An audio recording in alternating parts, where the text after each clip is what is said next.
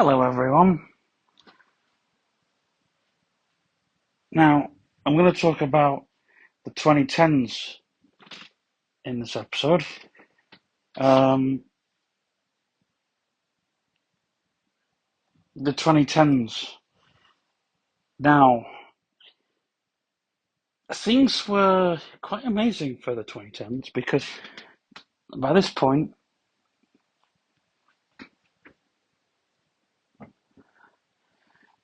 we had a lot of things that were, well, how can I put it? How can I put it? Mm. Well, sorry, I'm drinking my non-alcoholic Stella, so you'll have to not forgive me. um, yeah. Well, first of all, we had CBBC, the proper CBBC, um, and we had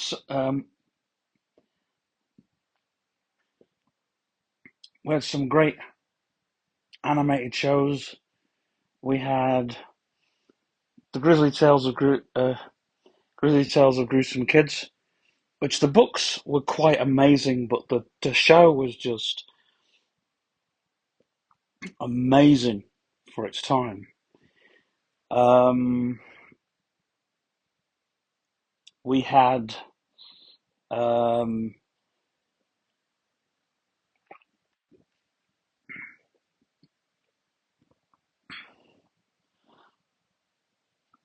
we had a lot of stuff that was um, very uh,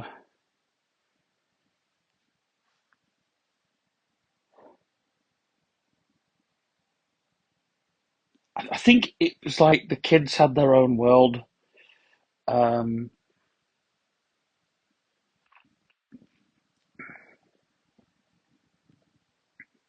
we had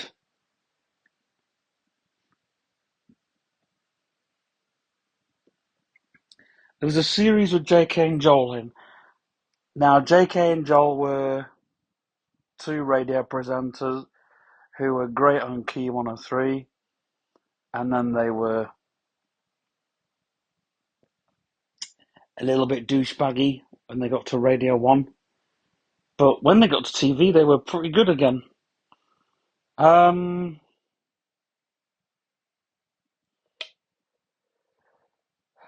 and I was getting into animation around that time because the whole Doctor Who era with Matt Smith, and I missed a lot of that era, but I rewatched it on DVD.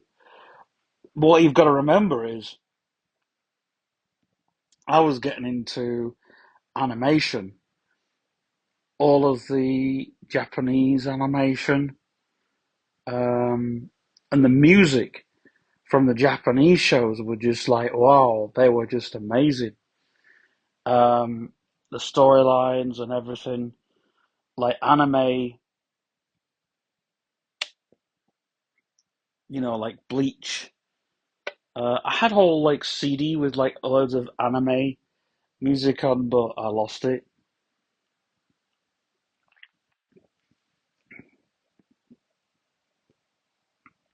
Um,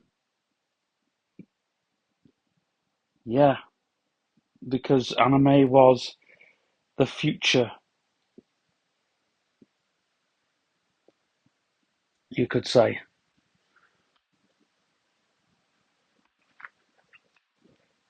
Anime, um, but animation as a whole, um,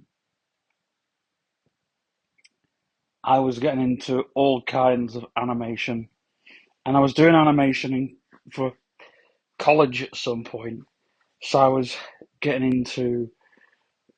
I got kind of a bit nerdy then, like what is animation? what makes animation and all the rest of it. So yeah.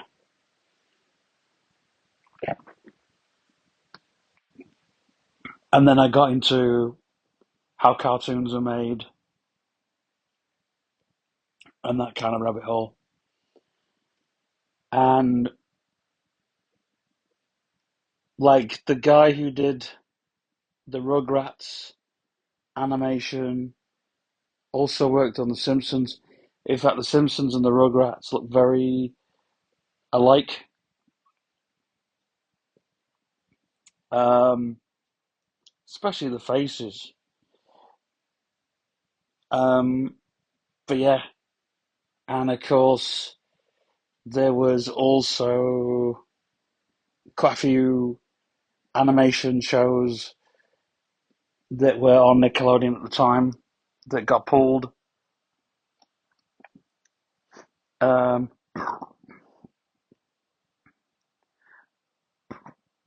One of them being Jimmy Neutron. I was never a Jimmy Neutron fan, but now I've got into the style of Jimmy Neutron. I think Jimmy Neutron's fantastic. Um, and yeah, the style of Jimmy Neutron. And Invader Zim, these were things I missed, but the animation, like, and then Doctor Who, like the BBC were doing their own animation, but they'd been doing it for a long, long time. I don't want to get into that now because would be sort of, but you know what I mean. It's like, um, and some of the projects I do now, animation projects, I've kind of, yeah. Um, you see, I was in college around that time, so like, um, we got the last series of Sarah Jane Adventures, even though the person that played Sarah Jane passed away in 2009. Also, we had a Doctor Who series for kids. We also had like a spin off um, Doctor Who. Um, it was called K9. It was based on K9. Yeah, it was a Doctor Who, but it was just the Doctor Who and K9 on their adventures. Um, yeah,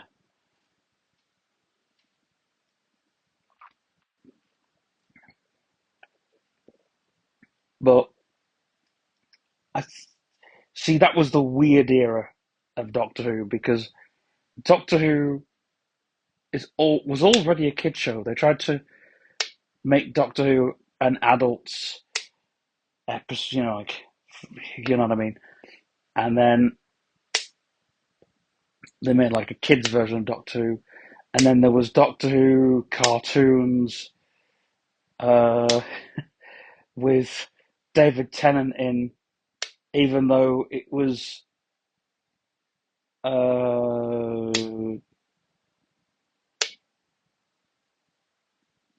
were we into the Matt Smith era? I'm not sure, but they were doing a new load of comics,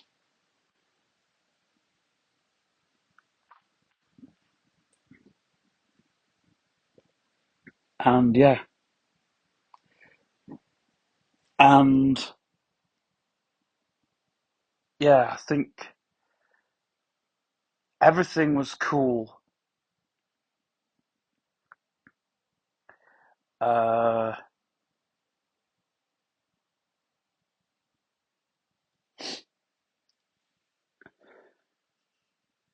Now, at that time, synth was coming back in the 2010s era, I'm kind of not going to talk about TV so much because the TV shows I watched were mostly on Bravo. They were like 10,000 Ways to Die, Monster Trucks, TNA Wrestling, why not, you know?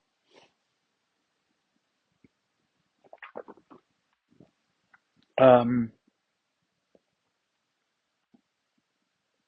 but, you know, um, by this point, the podcast era had started, and podcasts were, they weren't just as easy accessible as they are today. Um, and to get a podcast, you had to download it through iTunes, or you had to get it on certain podcasting sites, and you had to download the podcast, and you had to click either iTunes or Windows Media. Um, and yeah, and you got, it was basically snippets from a radio show, or it would be like a magazine done in radio show format. I mean, nowadays, I'd say podcasts are gone from that audio magazine route, um, and they take that format pretty well. However, the podcasts are so much more. I mean, yes, you have video podcasts and audio podcasts, and you also had oh, crumbs. You had TV shows, but they were called oh freaking hell, what were they called? Um, Bite-sized TV, which was a bit like TV podcasting, but it never really took off. You know, um, I guess there's people doing it, but it's, but yeah, but podcasts really meant something, and you downloaded that podcast, you you were loyal, um, and I was listening to the Metal Hammer podcast. I didn't listen to every single one, but the ones I did listen to, I felt like I was really connected to what was going on in the metal scene, and I was touching not just podcasts, not just magazines, but I had people who I was talking about music to. I went to a music exhibition in 2009. I went to the MEC in Birmingham, and if you ever get the chance to go to a music exhibition, go, because it's like, a music shop in the 90s where everything's set. But not only that, they have talks, they have, I'd love to go to another music exhibition.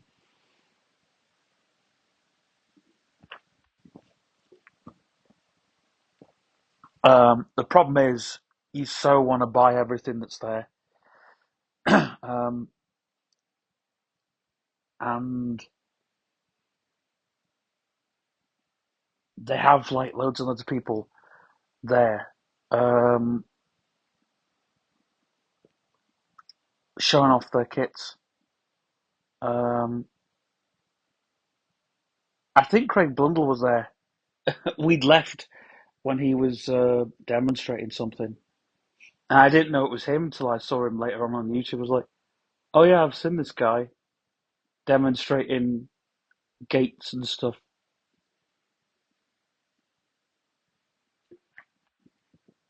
Um,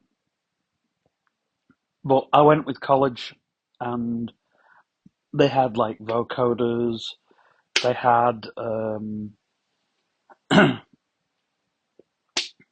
really cool pedals, guitar synths. Um, excuse me. They had MIDI controllers. Um, they had um, all different kinds of stuff that we were only reading about this sort of stuff to actually see it, to actually have a go on it. Um, was really, really, really impressive, and especially for me, um, you know, um,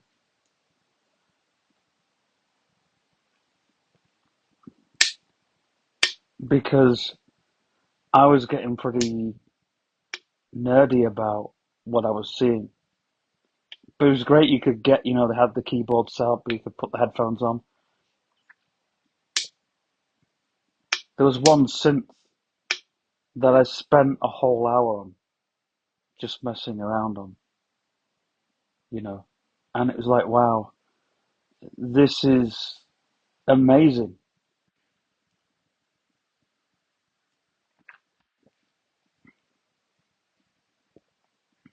you know, and the fact that we were listening to music, we were, there was Guitar Hero around, and Guitar Hero was such a big connection because that wasn't just a video game, that was a culture that opened up. Because if you were into metal music and someone was into classic rock, so if you had the AC/DC kid and you had the Led Zeppelin kid and the Beatles kid, they all connected in the same room. It was weird. It was weird because you weren't this alienate anymore. You were, you know, and everyone was trying to get round certain guitar solos, and it was like, no, you got to play this, and it was like, wow. And I think it's still one of the most, it's up there. It's like one of the shittest rhythm games, but uh, I hate the arcade version to the Guitar Hero because it's so much lag. And in fact, us musos have helped out the arcade people because I was saying to one of the Beans World family members, big shout out to Nicola if you're listening, in phone land. Don't change your MIDI controller for the Guitar Hero arcade game. You will weep. uh, Even your engineers will start weeping. They've actually got the original arcade cabinet in there. It still works. um,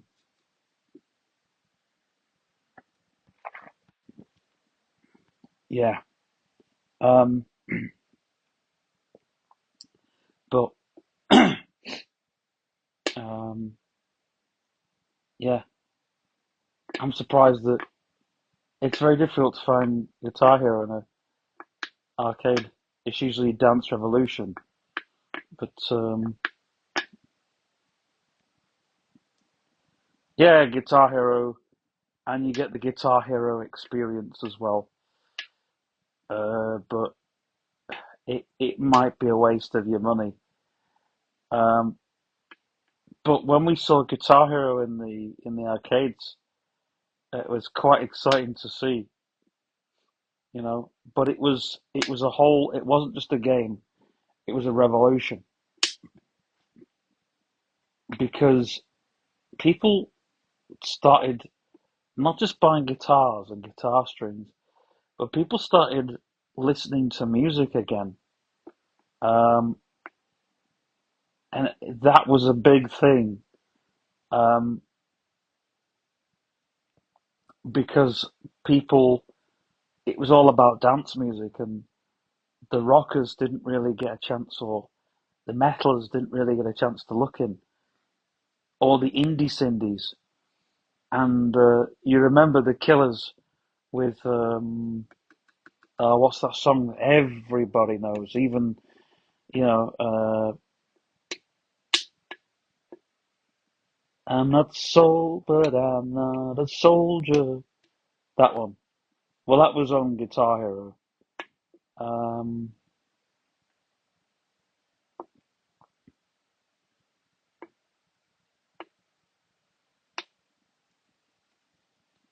yeah, I'm not sold, but I'm not a soldier. That'd be in my head. And also the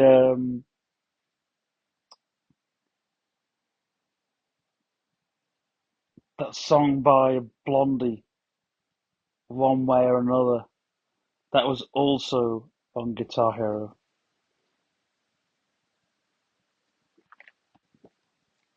And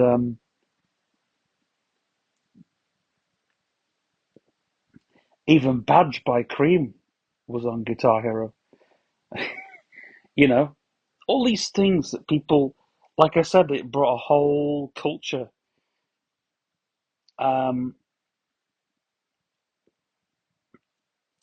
and it brought a whole load of people listening to music together. It's like, imagine your mum and dad's collection siding up with your music collection. That was literally what Guitar Hero was like. That was literally what it was like. And, you know, um, people were, they could be the George Harrison or the Jimi Hendrix or whoever they wanted to be, um, and feel like they had something to give, which really is you know that could not ever be done again, ever, because we, we had just have a musical tap now, you know.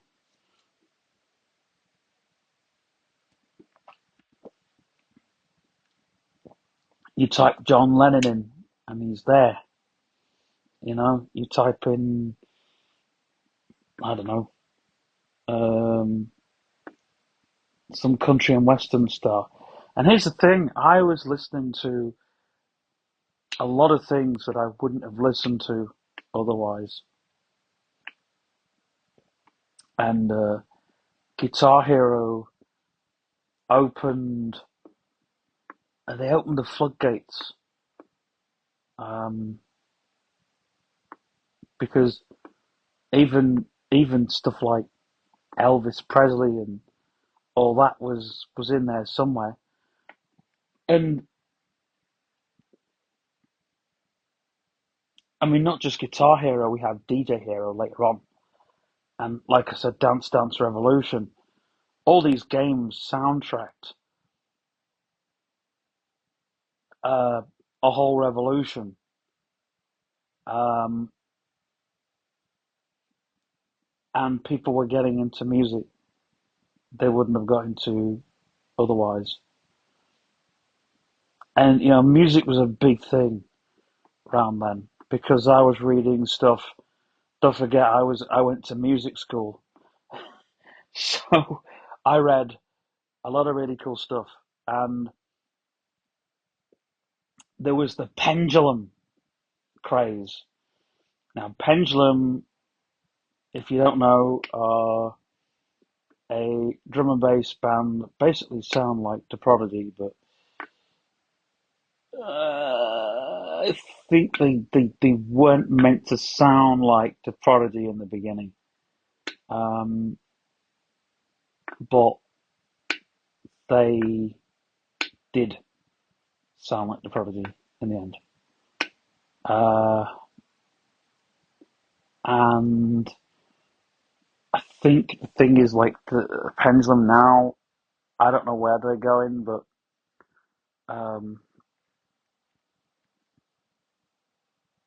the last two albums have never really cut it, and it's when Rob starts doing a remix, you're thinking, "Wow, that's great."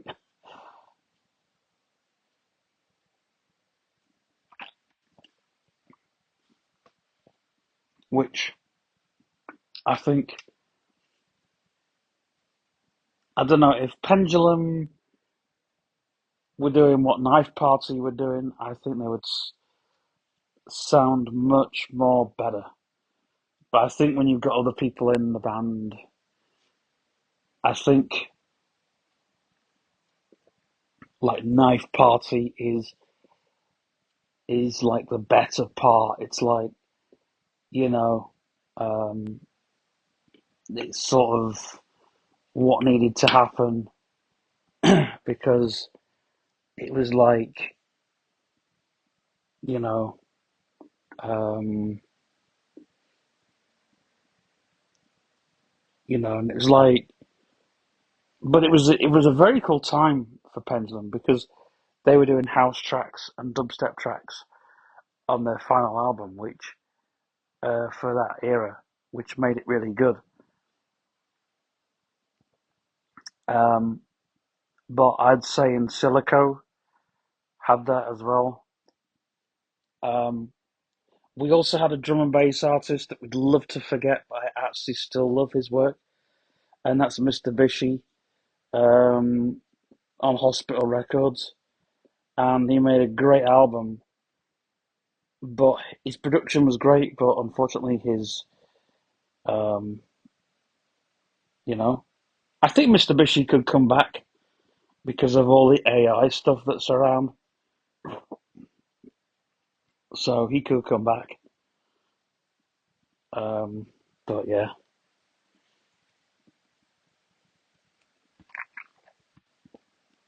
And I thought his production was very serious. Um, he just couldn't sell, he couldn't do live stuff. But his music was pretty serious. And then for people to remix his stuff was even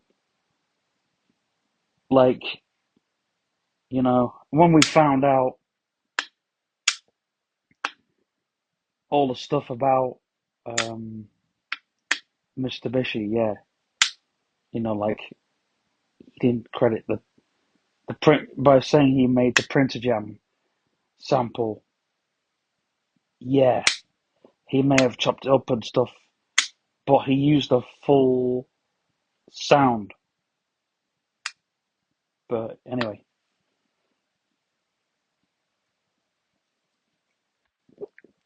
and was not only was um, Mr. Bishi being slated, but there was the drum and bass scene at the time was so much of a really good. It was a really good scene online, um, and it's not like it is now.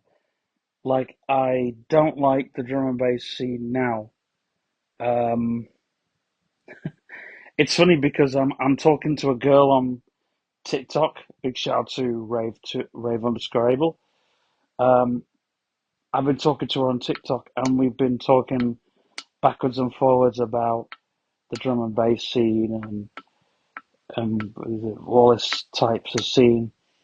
And every drum and bass person, the drum and bass scene on TikTok is awful. It's toxic. But isn't every scene? Is it freaking? You know? Um, but the drum and bass scene, it was like more on production. You could read on uh, how to record snares and how to record kicks and snares and all the rest of it. And everyone was getting really nerdy, and I was getting pretty nerdy at the time. And I was like, I did a drum and bass song, and I'm going to tell you now. Um, don't put too much compression on your drums. Just um, mix them nicely. Get a nice chop on your drums. Get live drums. Get live. Get you want live drums all the time. It's you know the one rule I have about drum and bass. I was saying this to the guy who um, I went to my sister's party. Sorry, my brother-in-law's party, and he had a band there. And the drummer, I've forgotten his name. I'd love to give this guy a shout out, but I'm going to talk about him anyway. Played on one of Lily Allen's tunes, but we got talking about drum and bass, didn't we? And the secret to drum and bass is having a good kick and a good snare. Your cymbals sort of come in the middle, but the real thing for the drum and bass, and still today, is the kick and the snare, and having some good synths for the bass. Um, you know, but the drum and bass now isn't as well. It'll never be raw, will it? It'll never be as near to non-organic, I guess. Like Ronnie Sires made new forms. It's the most fattest thing I've ever heard in my life. You know, these bass sounds like railing. Boom, boom, boom, boom, boom, boom. And I had to get that album because I was into drum and bass, and I had to get that album. But I think there's something. I listen to that album, and I think there's so much missing from that album. As a listener, I think, hmm, you know, and it's like Pendulum, that they've taken, but it's like I don't know. There's so much missing. Um, the other drum and bass producers do better, I guess, or some do worse. Um, you know,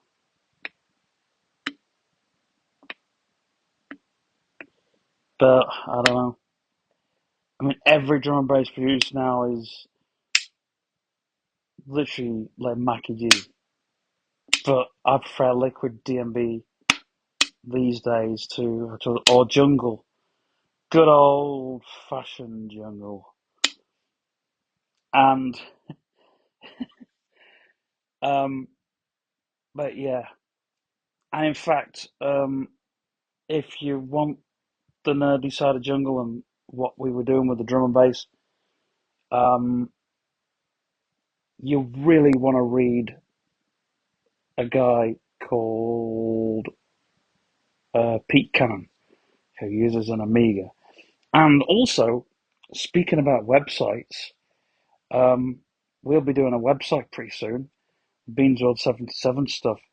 And if you like nerdy stuff about drum and bass and house music and all the rest of that,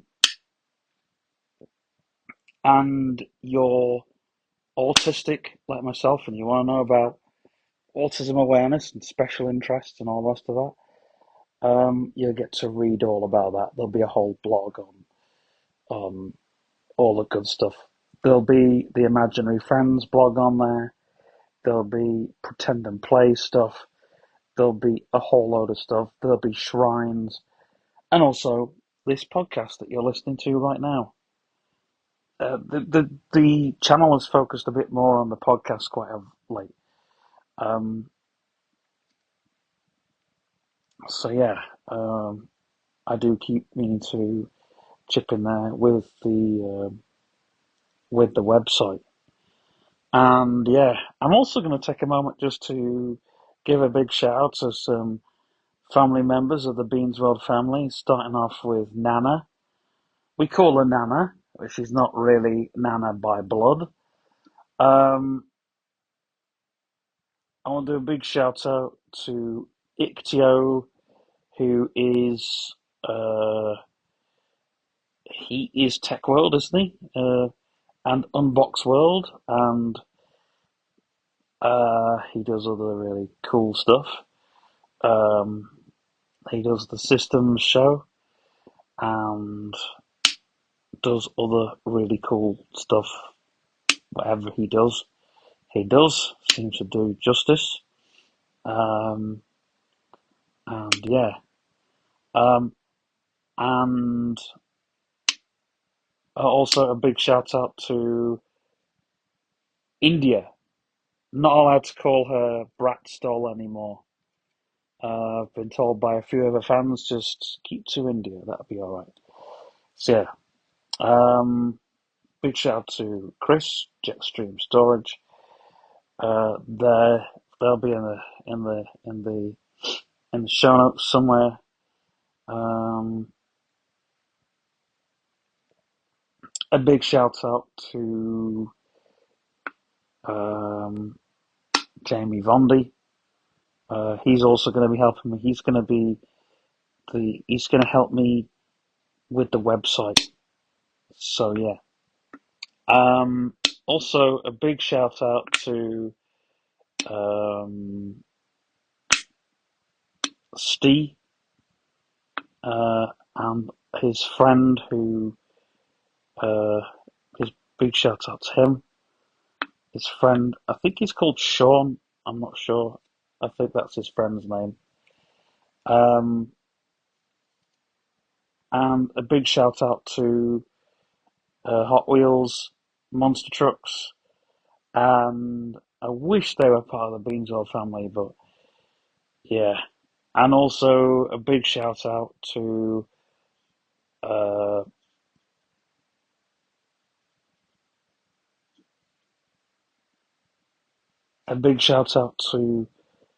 Becky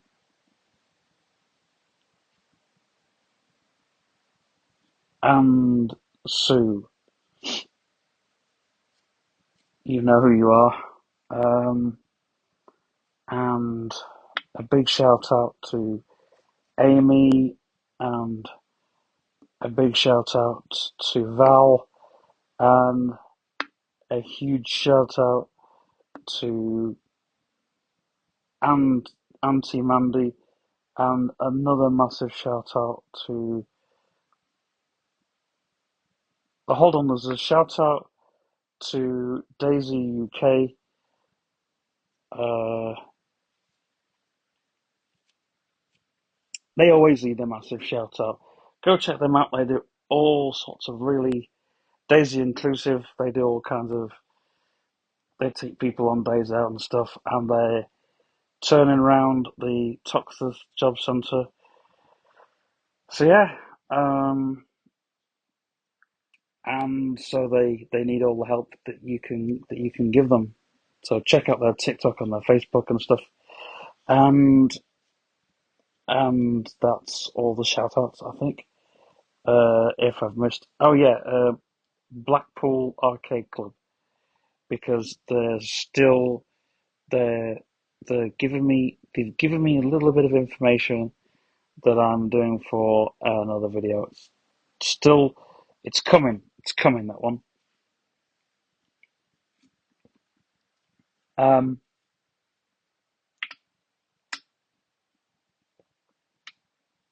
Also, a big shout out to uh,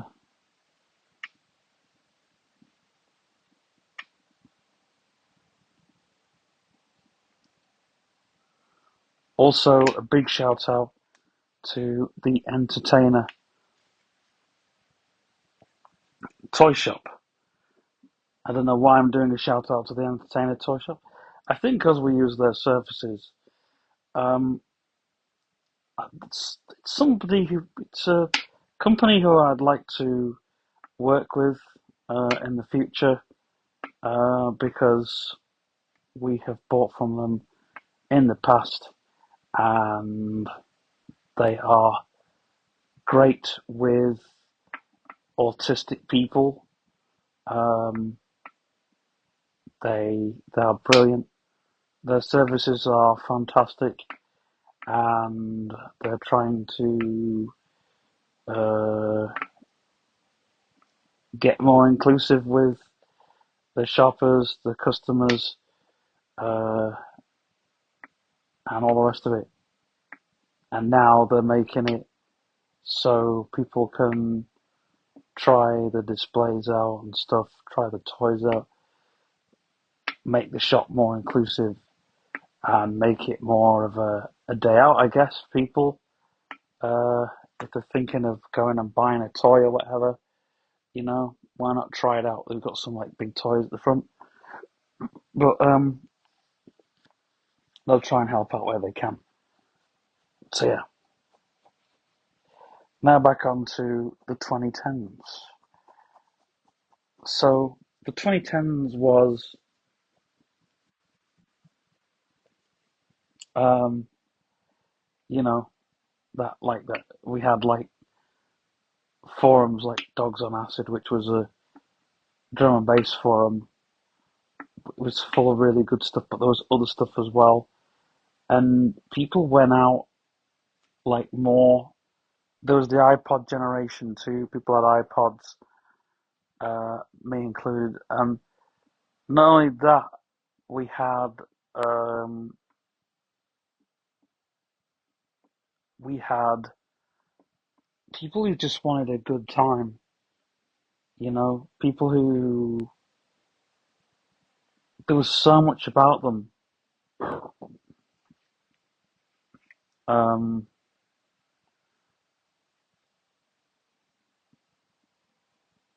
and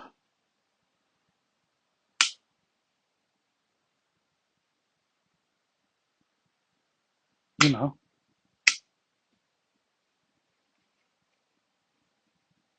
and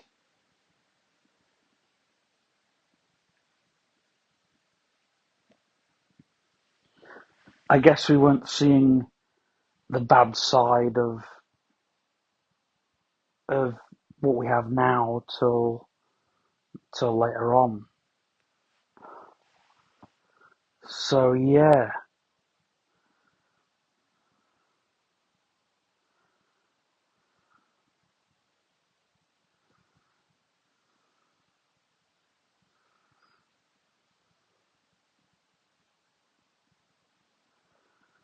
um,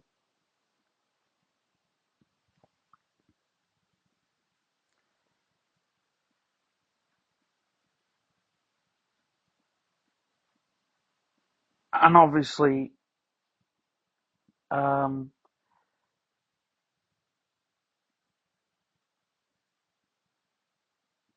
we had games consoles were getting a lot more advanced. We were seeing the PS3. We had the Nintendo DS, which was,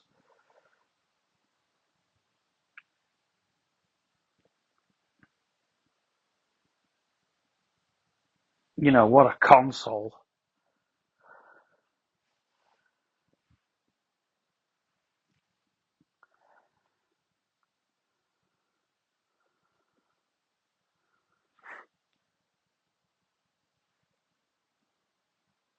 And yeah,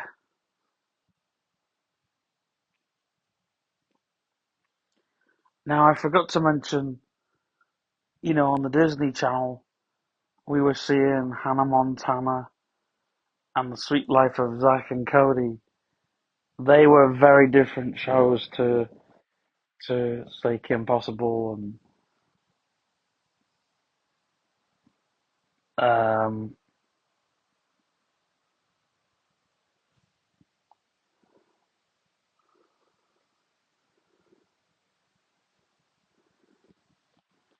Mickey's Playhouse.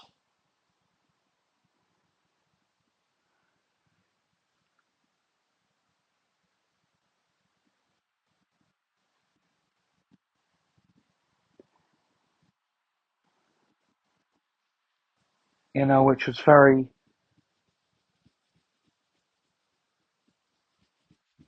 different shows. Like Hannah Montana was live action, and we were seeing a pop star, but a we were seeing like two characters. A kid that just wants to be a pop star. Will she make it? And her dad as a manager. And it was kind of weird because when we saw Billy Ray Cyrus actually playing Billy Ray Cyrus, it kind of got a bit, yeah. And um,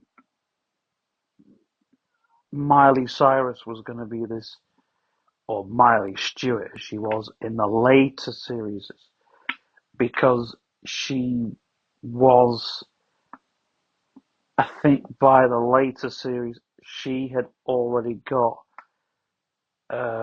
she was already building her big hit. But she hated being Hannah Montana. Um,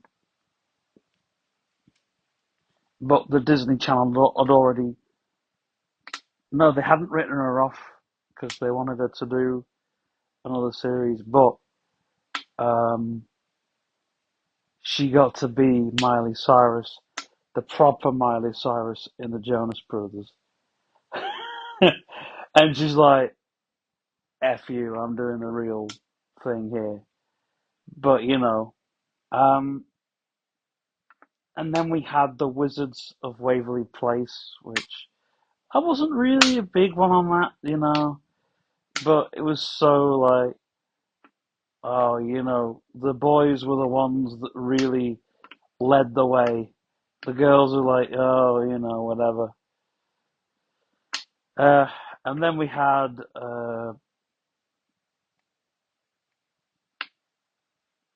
iCarly, which I was never really big on.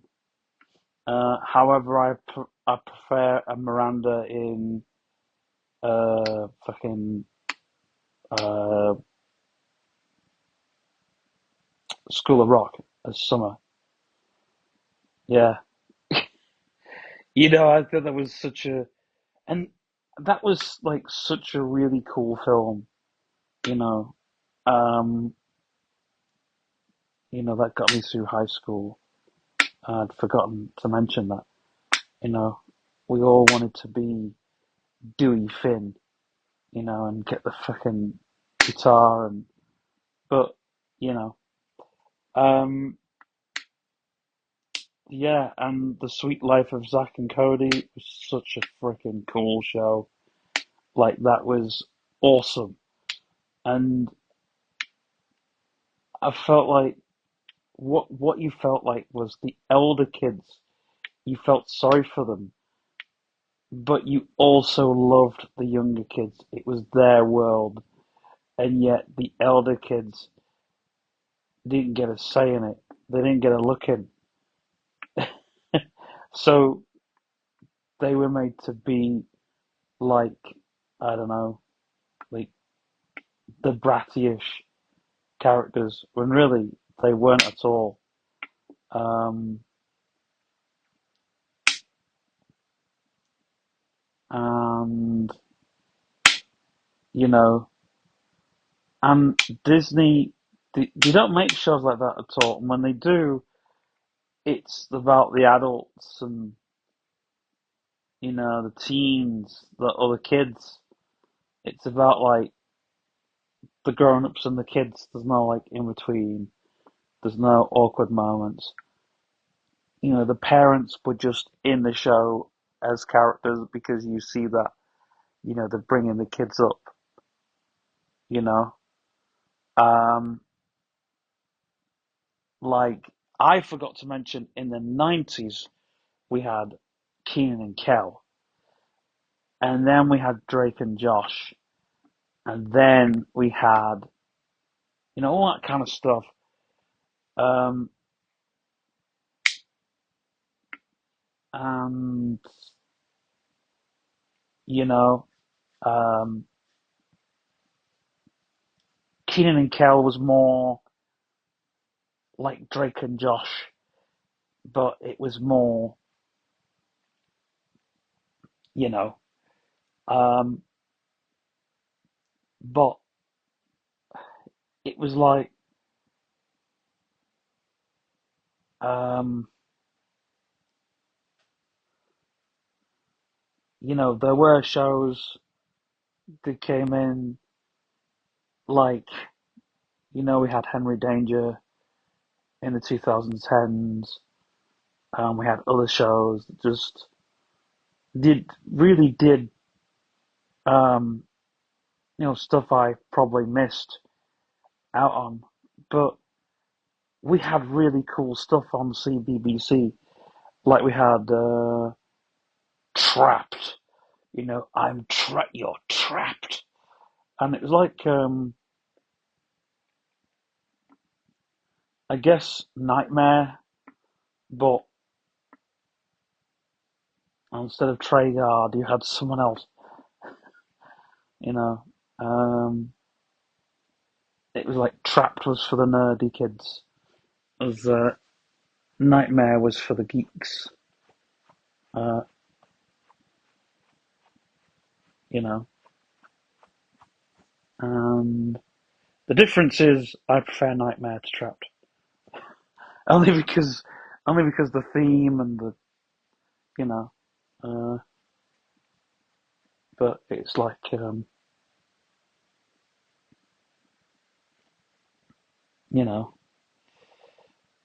and yes, it was cheap, shitty, low budgety, but I think Trapped was more high budget stuff, wasn't it? Like they knew they could do it. Um, you know, and then we had the dumping ground. Tracy Beaker. We have to at least give. They have to have one serious show. Well, it is like the BBC. They've literally got to have one serious show, haven't they? Amongst others. I didn't really give a two hoots about the dumping ground, but still don't. I tried following it. Um,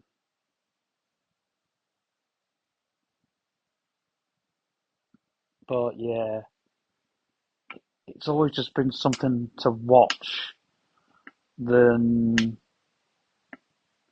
you know, and people really, really get into it.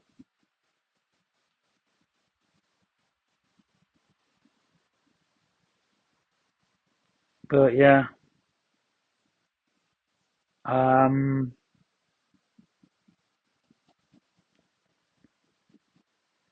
I'm never, never a huge Beaker fan. Uh, and the people that watched Beaker were either people that were in foster families or people that had that, or just people who had nothing to do with their lives. You know, you lock yourself up in your room and watch Tracy Beaker. Um,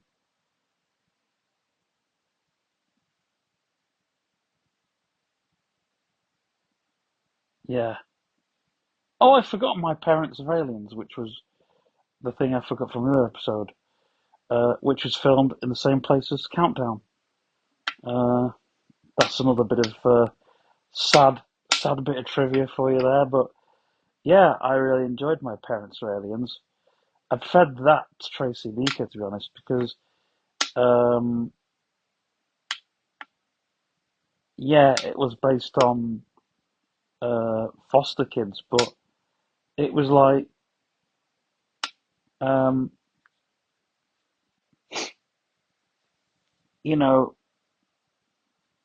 they needed the children to normalize the whole situation for everybody else. And I think it's like,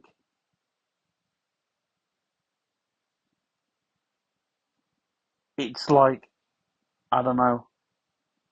I think it's more about when you live with someone than being fostered. they just used that whole thing.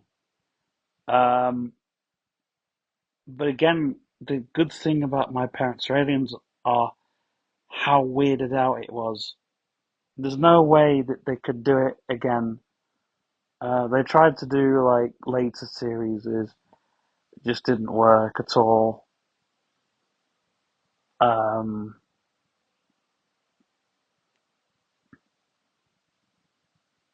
but yeah, um,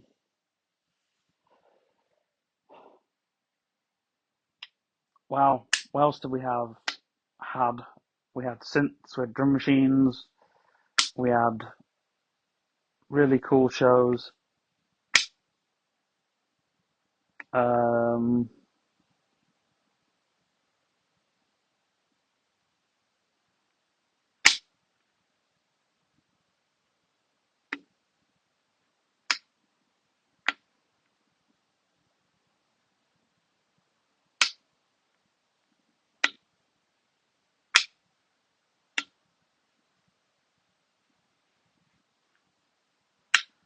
I think people just wanted to watch more trashy shit than anything, um, which is what we watched.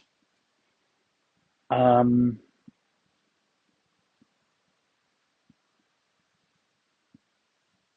you basically went out and did something with your life,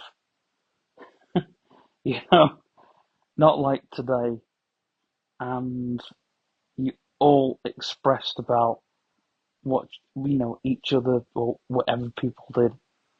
But smartphones were coming into play, and social media started up, and people were spitting their lives out onto the internet. So that was happening, and yeah. So there you have it. That is literally the 2010s